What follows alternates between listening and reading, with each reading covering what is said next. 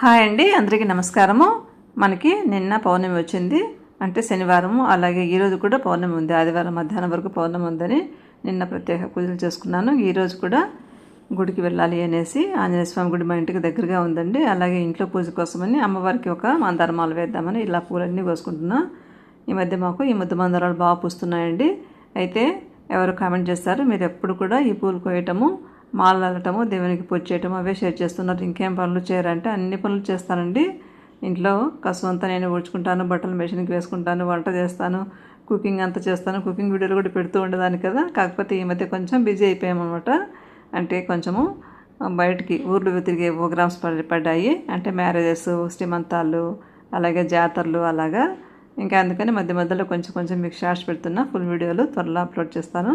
ఇంకా అందరు చేసుకునేటువంటి రొటీన్ పనులు మనకి అందరూ ఎలా చేసుకుంటారో అలాగే నేను కూడా అన్నీ చేస్తాను. ఇంకా అలాగే సమ్మర్ స్పెషల్స్ అయినటువంటి ఊరగాయలు, అలాగే పికెల్స్, పండు మిర్చి పికెలు, మామిడికాయ ఊరగాయ, అలాగే వడియాలు, ఇంకా ఊరమిరపకాయలు అంటాం కదా, మజ్జిగ మిరపకాయలు, అవన్నీ కూడా చేశానండి. అవన్నీ కూడా మీకు త్వరలో అప్లోడ్ చేస్తాను.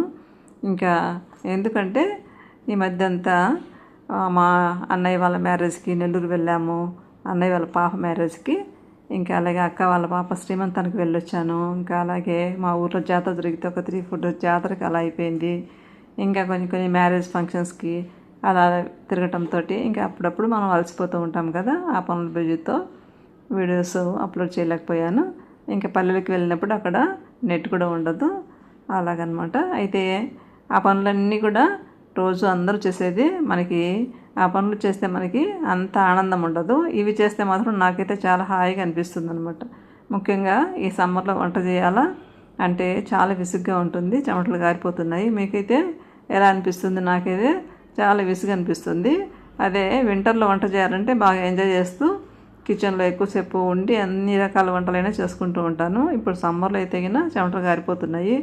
కానీ ఇలా ఈ దేవునికి సంబంధించినటువంటి మంచిగా స్నానం చేసుకొని మనము ఇలా మంచిగా ఫ్లవర్స్ అన్ని కోసుకొని పూలు అల్లుకొని దేవుని శ్లోకాలు చదువుకుంటూ ఇవి చేస్తే వచ్చేటటువంటి హాయి ఆ పనులు చేస్తే ఉండదండి. నాకైతే అలా అనిపిస్తుంది.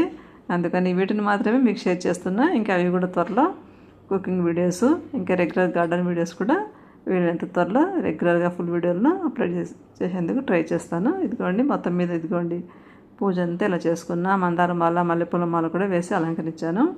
శ్లోకాలను చదువుకొని ఇంకా మా ఇంటికి దగ్గరగా ఉన్నటువంటి శ్రీ ఆంజనేయ స్వామి టెంపుల్కి వెళ్ళి నేను మా వారు స్వామివారి దర్శనం తీసుకొని తీర్థప్రసాదాలు తీసుకొని ఇంటికి వచ్చేసామండి. ఈరోజు ఇలా జరిగిపోయింది.